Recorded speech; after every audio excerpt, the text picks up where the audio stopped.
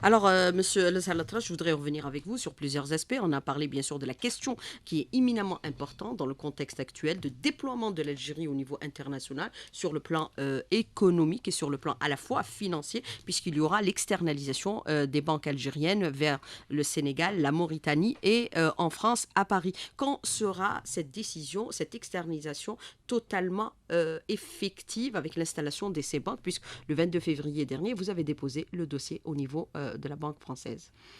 Effectivement, en ce qui concerne bien sûr la filiale de la BEA en France, donc la BEA, qui s'appelle la BEA internationale, effectivement, le dossier a été déposé donc au niveau de ce qu'on appelle la CPR, l'autorité de contrôle prudentiel et des risques relevant de la Banque de France.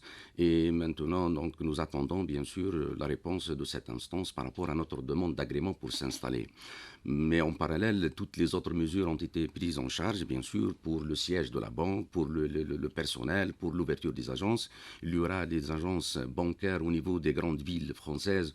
Le choix est porté, c'est par rapport à notre communauté algérienne résidente, bien sûr, dans ce pays. Et puis, l'objectif, c'est d'accompagner, bien sûr, nos compatriotes et nos opérateurs économiques algériens, exportateurs, bien sûr, vers la France et vers l'Europe d'une manière générale. Deuxième grand projet phare, bien sûr, c'est le projet de création d'une banque au Sénégal, donc une mission des principaux, donc des 4 actionnaires a été bien sûr effectuée en 2023 et le dossier a été déposé au niveau de la Banque centrale des États de l'Afrique de l'Ouest parce que c'est un espace composé de 8 pays et d'après les échos, donc nous attendons courant le mois de mars ou plus tard début le mois d'avril la décision. J'espère qu'elle sera favorable pour procéder à l'ouverture de la nouvelle banque algérienne 100%, bien sûr, dont les actionnaires, les 4 banques publiques, BEA, BNA, Badr et CPA. Le deuxième projet en Afrique, c'est le projet de création d'une banque en Mauritanie, à Nouakchott. Donc le projet, il avance avec un rythme soutenu. Le dossier a été bien sûr finalisé et nous attendons bien sûr la réponse des autorités ou le régulateur au niveau de la Mauritanie pour pouvoir par la suite obtenir l'agrément et procéder à l'ouverture de la banque. Ça sera en 2023, Inch'Allah. Cela vous permettra d'accompagner les opérateurs économiques algériens dans toutes les opérations d'exportation et aussi à permettre aussi une bancarisation ou d'augmentation des dépôts de notre communauté installée à l'étranger. C'est ça l'objectif, Madame Souhila El-Hachmi. Notamment en France. En France ou ailleurs, l'État algérien a décidé, bien sûr, de s'implanter dans des pays où nous avons des relations économiques, politiques. L'objectif est d'abord pour répondre à un besoin de la communauté algérienne dans ces pays et par la suite accompagner les opérateurs économiques algériens exportateurs de produits. Vous savez qu'aujourd'hui le produit algérien il est demandé que ce soit en Afrique ou ailleurs en Europe et c'est le moment bien sûr pour maintenant que les banques algériennes bien sûr accompagnent leurs opérateurs économiques, c'est pour augmenter le niveau des exportations. Et vous savez que l'un des objectifs de Monsieur le Président de la République, c'est l'augmentation des exportations hors hydrocarbures.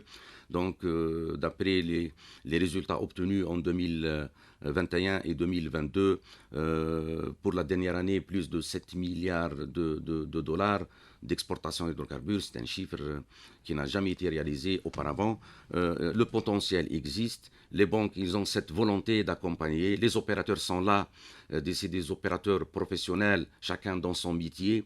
J'ai cité tout à l'heure le domaine de la sidérurgie métallurgie, le domaine des ciments aujourd'hui. Permettez-moi de dire que le groupe public JK aussi, c'est un grand exportateur de produits des ciments et de clinker vers beaucoup de pays, vers l'Europe notamment, plusieurs pays européens. Et ça montre que l'économie nationale, elle est en bonne voie pour, bien sûr, s'internationaliser et travailler selon le standard international. Alors, autre question, c'est l'inclusion financière aujourd'hui. Quelles sont les actions qui sont en train d'être entreprises pour essayer de capter un maximum de liquidités en circulation actuellement, puisque même le président de la République a donné un chiffre quand même, et c'est effarant, l'équivalent de 90 milliards de dollars circulent hors circuit bancaire. L'inclusion financière, que ce soit en monnaie nationale, en dinars et même en devises aussi. Donc, toutes les banques algériennes, C'est l'informel. c'est l'informel. Première étape qui a été réalisée, et ça, c'était l'instruction de Monsieur le ministre des Finances hier, c'est que des facilitations seront accordées à tous les particuliers et à nos citoyens Qui déposent leur argent. qui déposent leur argent à travers les ouvertures de compte. Donc il y a des mécanismes. Nous avons facilité l'ouverture de compte, l'ouverture à distance, l'ouverture sur place à travers un dossier. C'est pour permettre à tous les particuliers, à tous les Algériens, bien sûr, d'avoir un compte bancaire, d'avoir une carte bancaire CIB ou une carte Dahabia d'Algérie Post. Et c'est une manière un petit peu pour collecter la ressource hors la sphère bancaire. L'objectif est double. Un, d'abord, permettre à ces gens-là de sécuriser leur argent au niveau des banques. Et deuxième objectif, c'est cet argent sera bien sûr orienté vers l'investissement productif. J'insiste sur le mot investissement productif. Aujourd'hui, c'est à travers cet investissement productif qu'on peut améliorer le bien-être de la population, qu'on peut exporter et que l'Algérie, bien sûr, devient un pays incontournable en matière d'exportation des produits agricoles, des produits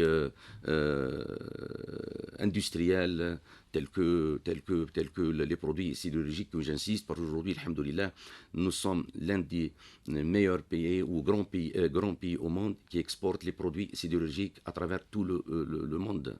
À travers le monde. Et on n'importe plus. Alors, qu'est-ce que vous entendez aujourd'hui par rapport à cette inclusion financière par facilitation? Facilitation, c'est ne pas exiger le document justifiant l'origine de cet argent. Non, je ne parle pas de ça. La facilitation, c'est que pour le procédé à l'ouverture d'un compte, il y a un certain nombre de documents à fournir à la banque. Aujourd'hui, nous avons éliminé une bonne partie pour exiger aux demandeurs d'ouverture de compte les documents essentiels, 3 ou 4 documents. Lesquels, par exemple? Par exemple, une pièce d'identité, comment dirais-je, une adresse, une résidence, bien sûr, pour qu'il reçoive le courrier de sa banque, l'informant, bien sûr, de l'évolution de son compte. Et par la suite, maintenant, la banque, elle est là pour accepter de l'argent.